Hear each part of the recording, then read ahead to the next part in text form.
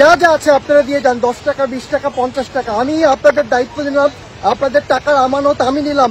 সামাজিক যোগাযোগ মাধ্যমে আলোচিত নাম ফারাজ করিম চৌধুরী, যিনি মানবতার ফেরিওয়ালা নামেও পরিচিত। চট্টগ্রাম জেলার রাউজান উপজেলায় জনসেবামূলক কাজে তাকে দেখা যেত। তবে গত 5 আগস্ট আওয়ামী লীগ সরকার পতনের পর বেরিয়ে আসলো ফারাজ করিমের পরিবারের অন্ধকার দিক। তার বাবা এবিএম ফজলে করিম চৌধুরী ছিলেন এলাকার ত্রাস। দুযুগ ধরে সেখানে ঘটেছে একের পর এক গা শিউরে ওঠার মতো ভয়ঙ্কর অপরাধ। হাজার হাজার মানুষকে নির্মম অত্যাচার, নিপীড়ন, গুম খুন, হামলা মামলা, সংখ্যালঘুদের উপর নির্যাতন সহ এমন কোনো ঘৃণ্য কাজ নেই যা হয়নি এই উপজেলায়। শুধু সাধারণ মানুষ নয়, বিএনপি জামাত সহ প্রতিপক্ষ রাজনৈতিক কর্মী, মুনিরিয়া যুব তাবলিগ কমিটির ভক্ত থেকে শুরু করে আওয়ামী লীগের অনেক নেতা কর্মীও নির্যাতিত হয়েছেন ফজলে করিমের দ্বারা।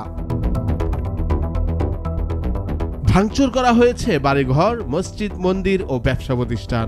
তবুও প্রতিবাদ তো দূরের কথা, মুখ খুলতেও সাহস পায়নি তার বিরুদ্ধে। কারণ সব অপরাধের মূল হোতা ছিলেন সাবেক সংসদ সদস্য এবিএম ফজলে করিম চৌধুরী। দীর্ঘ 24 বছর রাউজানে ত্রাসের রাজত্ব চলেছে তার। ছাত্র জনতার গণ অভ্যুত্থানে আওয়ামী লীগ সরকারের পতনের পর থেকে একে একে মুখ খুলতে শুরু করেছে রাউজানের নির্যাতিত মানুষরা। গুম খুন ও নির্যাতনের অভিযোগে এখন পর্যন্ত রাউজান ও চট্টগ্রাম নগরীর বিভিন্ন থানায় তার বিরুদ্ধে 8টি মামলা করা হয়েছে। চট্টগ্রাম 6 আসনের সাবেক এই সংসদ সদস্য ভারতে পালাতে গিয়ে গত 12 সেপ্টেম্বর আখাউড়া সীমান্তে বিজিবির কাছে ধরা পড়েছেন। বিভিন্ন সূত্র থেকে পাওয়া তথ্য অনুযায়ী ফজলে করিম চৌধুরী 2019 সালে মুক্তিযোদ্ধা বিষয়ক মন্ত্রণালয়ে প্রকাশিত রাজাকার তালিকায় থাকা একেএম ফজলুল কবির চৌধুরীর সন্তান।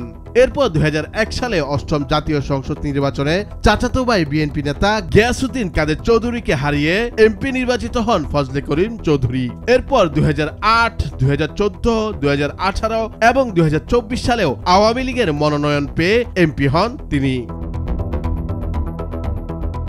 জানা যায় ফজলে করিম চৌধুরী ওরফে জুইনা এতটাই দুর্দান্ত প্রতাপশালী ছিলেন যে তার অত্যাচারে অতিষ্ঠ ছিল রাউজানবাসী। তিনি উপজেলা জুড়ে কায়েম করেছিলেন এক নায়কতন্ত্র। বিএনপি জামাতে নেতা কর্মীদের উপর ভয়াবহ নির্যাতনের অভিযোগ রয়েছে সাবেক এই এমপির বিরুদ্ধে। 2017 সালের 19 মার্চ ছাত্রদলের সাবেক কেন্দ্রীয় সহ সাধারণ সম্পাদক নুরুল আলম নুরুকে ফজলে করিমের নির্দেশে হত্যা করা হয়েছিল।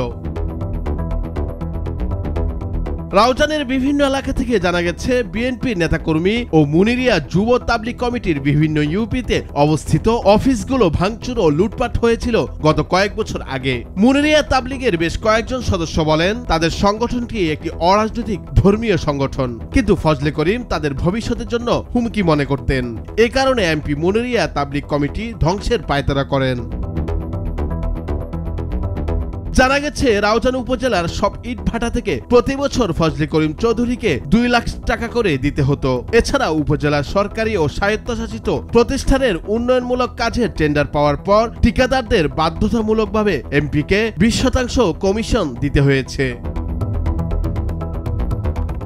নুরুল আফসার, নিউজ ডেস্ক, ভোরের কাগজ।